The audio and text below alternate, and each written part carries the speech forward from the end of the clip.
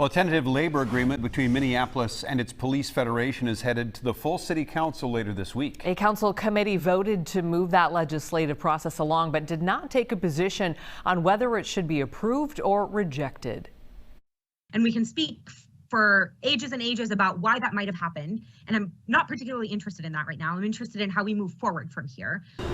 The union contract has come under fire in recent weeks for proposed pay increases for the officers and the lack of new measures around discipline. Paul Bloom in our newsroom tonight breaking down the issues at stake after what could be described, Paul, as a somewhat tense committee meeting earlier today. Yeah, good evening to you, Randy. Amy, this union contract has become a real lightning rod when it comes to the police reform movement in Minneapolis. The mayor and labor negotiators believe this tentative agreement needs approval just as soon as possible, with its pay raises and financial incentives to help recruit and retain officers in a very much depleted department, down some 300 officers in total. Advocates for change, though, argue it doesn't do enough when it comes to discipline.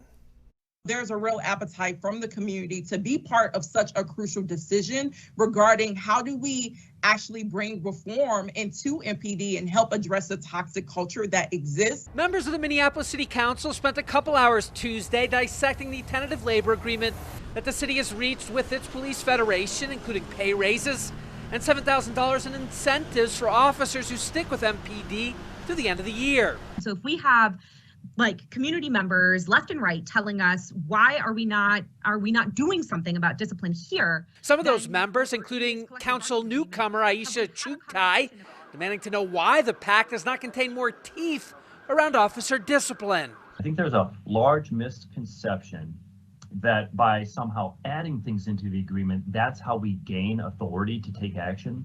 It's just simply not the case. On the hot seat, the city's labor relations director and top negotiator, Holland Atkinson.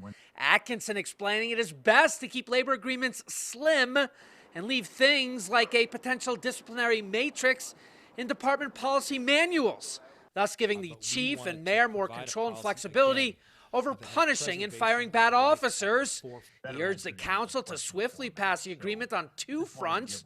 One, to avoid going into binding arbitration where the city could potentially lose greater control, and two, for the sake of rebuilding MPD's depleted workforce. We need to act with haste to ensure that we can actually begin bringing forward new folks into our work environment. In an effort to delay this process even further, including adding a public comment period, was rejected, so the tentative agreement moves on to the full city council and a potential up or down vote coming up Thursday. We're live in the news, and Paul Bloom, Fox 9. All right, Paul, thank you, Mayor.